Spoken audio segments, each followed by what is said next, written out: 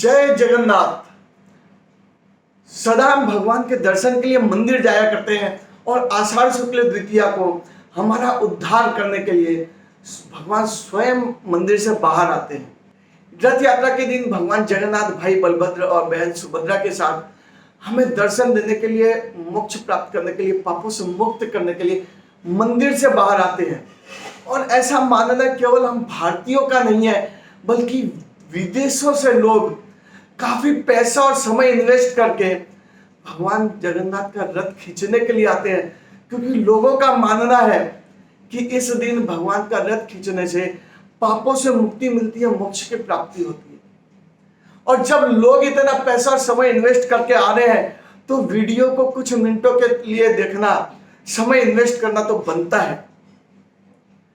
मैं आपका मित्र motivational speaker सांस्कृतिक को शैलेश बागड़ी आज आपको भगवान की काठ की आधी मूर्ति क्यों, विदेशों से लोग रथ खींचने के लिए क्यों आते हैं, यह बताने वाला हूं। और साथ ही हम बातें करेंगे कि भगवान राम, श्री कृष्ण, हनुमान जी, दुर्गा जी की पूजा क्यों करते हैं, यह तो सभी जानते हैं, मगर जगन्नाथ जी की पूजा क्यों करते हैं यह काफी लोग नहीं जानते। तो आज मैं बातें करने वाला हूं कि हम अपने 4 धामों में से एक पूरी जगन्नाथ मंदिर, तो जगन्नाथ जी की पूजा क्यों करते हैं, इस पर भी बात करने वाला हूं। बस निवेदन इतना है कि आप लाइक करें, कमेंट में लिखें, न लिखें यह आवश्यक नहीं है, लेकिन ज्यादा से ज्यादा लोगों तक शेयर अवश्य करें, क्योंकि हमारे 4 धामों में से एक जगन्नाथ मंदिर, इसकी विशेषता सभी तक पहुंचे, इसमें आपकी भी जिम्मेदारी है।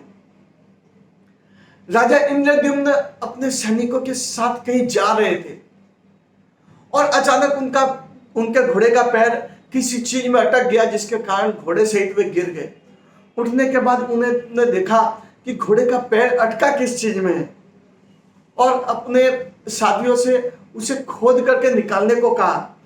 जब खुदाई हुई तो देखा गया कि एक भगवान का बड़ा मंदिर है, और मजे की बात है इस मंदिर में मूर्ति नहीं थी। उत्सुकता भी थी और साथ ही साथ राजा की इच्छा भी कि मंदिर में मूर्ति स्थापित की जाए।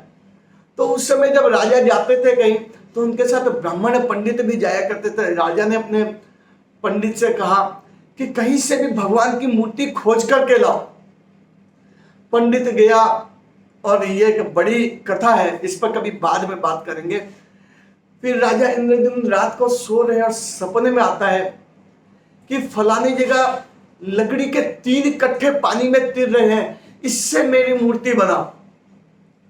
और उठने के बाद राजा इंद्रद्युम्न सबको बताते हैं, उसी जगह पानी के ठीक वैसे ही पानी में तैरते हुए लकड़ी के 3 कट्ठे मिलते हैं, और इनसे भगवान की मूर्ति का भव्य निर्माण हो, इसी आशा के साथ बड़े बड़े कारीगरों को बुलाया जाता है। और बड़े बड़े बलिष्ठ कारीगर, एक से एक बड़ी बड़ी टीमें, मगर कोई भी उस काठ में छेद तक न कर सका। अब राजा परेशान, जनता में भी चिंता की ऐसा क्या है इन काठों में, इनकी विशेषता क्या है कि इनमें छेद तक नहीं हो सक रहा। घोषणाएं की जाती है, और एक बूढ़ा व्यक्ति आता है राजा के पास और कहता है, महाराज मैं इन काठ से भगवान की मूर्ति बना सकता हूं। सभी हंसते हैं, कुछ लोग तो ताने भी मारते हैं कि भाई तुम्हारी मरने की उम्र दिख रही है, और जब एक से एक बलिष्ठ कुछ नहीं कर सकते तो तुम क्या करोगे। मगर राजा के पास ऑप्शन न था, तो यह कार्य उसी को दिया गया। उसने राजा के सामने शर्त रखी कि जब तक निर्माण कार्य पूरा न हो जाता मैं अंदर बंद रहूंगा, कोई भी खोल करके अंदर प्रवेश नहीं करेगा। यदि किसी ने प्रवेश किया तो जितनी मूर्ति बनी है उतनी ही रहेगी, मैं चला जाऊंगा। निर्माण कार्य आरंभ हुआ, रोज छीनी हथौड़ी की आवाजें आ रही है कुछ दिन तक, मगर जब आवाज आना बंद हो गई तो लोगों को लगा कि कहीं बूढ़ा अंधेरे में भूखा प्यासा अंदर मर तो नहीं गया।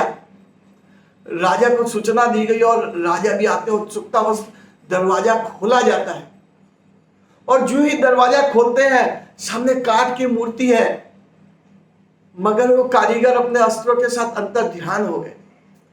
कहते हैं कि वह भगवान विश्वकर्मा थे। क्या कहना मानना है, ठीक है। आगे अब काठ की आधी मूर्ति देख करके सभी को चिंता हो गई, राजा भी चिंता में कि अब क्या करें। और फिर राजा को फिर स्वप्न में आता है कि जैसी मूर्ति है उसी को प्रतिष्ठा करो, उसी की पूजा आरंभ करो। बोलो जगन्नाथ स्वामी की जय। और इस मूर्ति की पूजा आरंभ होती है। 3 मूर्तियां, भगवान जगन्नाथ, भाई बलभद्र और बहन सुभद्रा की। और इन मूर्तियों की खास बात यह है कि राजा को भी पता करना था, उत्सुकता थी कि यह काठ आखिर आया कहां से और कैसे यह सब हुआ कि ऐसा लकड़ी के कट्टे जिन्हें कोई कारीगर नहीं काट सकता, एक बूढ़े ने आकर के सब कुछ कर दिया। और भगवान स्वप्न में आके कहते हैं कि मेरी इसी रूप में पूजा करो। तो ये लकड़ी के कट्टे कहां से आए, कैसे आए, इसके लिए फिर घोषणाएं की गई। और आकर के एक व्यक्ति ने बताया कि महाराज, भगवान श्री कृष्ण के शरीर त्यागने के बाद जब उनका दाह संस्कार हुआ तो सब कुछ जल गया, मगर उनका हृदय, धड़कता हुआ हृदय जिसमें बहुत दिव्य तेज था, कुछ बिजली जैसी चीज जो भी किसी मेटल के संपर्क में आ रही है तो कुछ न कुछ गड़बड़ हो रही है। और इसी कारण इस हृदय को पांडवों ने एक लकड़ी में पैक करके इन 3 कट्टों को इस प्रकार से छोड़ दिया। और यही भगवान श्री कृष्ण का धड़कता हुआ हृदय आपके स्वप्न में आया और यह निर्माण कार्य आरंभ हुआ। यह वो शिकारी था जिसके तीर से भगवान श्री कृष्ण की मृत्यु हुई थी। जो भी था, आज भी यह हृदय धड़क रहा है। जब भी मंदिर में मूर्ति बदली जाती है तो पूरे के पूरी शहर में बिजली बंद कर दी जाती है। सीआरपीएफ को मंदिर और मंदिर के आजू बाजू का परिसर दे दिया जाता है। जो पंडित मूर्ति में प्राण प्रतिष्ठा करने जाते हैं, उन अंधेरे के बाद भी उनकी आंखें बंद है, हाथों में दस्ताने पहने हुए हैं, और वह जाकर के जब एक मूर्ति से प्राण निकाल करके दूसरी मूर्ति में डालते हैं तो उन्होंने आज तक देखा तो नहीं, लेकिन उनका एक्सपीरियंस है, वो बताते हैं कि कुछ ऐसा जीवंत फुदकती हुई चीज है जिससे लग रहा है कि दिल धड़क रहा है। अब सोचिए 5000 सालों पहले भगवान श्री कृष्ण, और आज भी उनका धड़कता हुआ दिल, हृदय, जो भी कहें, लेकिन ये सुपर नेचुरल पावर आज भी इस मूर्ति में है। और इसी कारण, इस दिव्य तेज के कारण, इस अलौकिक विषय के कारण भारत इन्हीं विदेशियों का भी यह मानना है कि भगवान श्री कृष्ण के हृदय से निर्मित इस मूर्ति का रथ खींचने से हमें पापों से मुक्ति मिलेगी, हमें मोक्ष मिलने वाला है। इसीलिए लोग इस पुरी में जगन्नाथ जी का रथ खींचने के लिए आते हैं।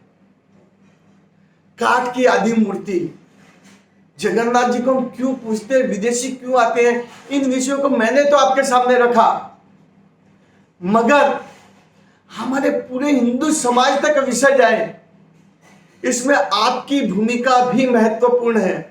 मुझसे जुड़े रहने के लिए चैनल को सब्सक्राइब करें, मगर साथ ही साथ बेसी से बेसी लोगों तक वीडियो को शेयर अवश्य करें, क्योंकि हम ही अपनी संस्कृति के संवाहक हैं। जल्दी मिलते हैं अगले वीडियो में, तब तक के लिए शरद बागड़ी का नमस्कार। जय जगन्नाथ।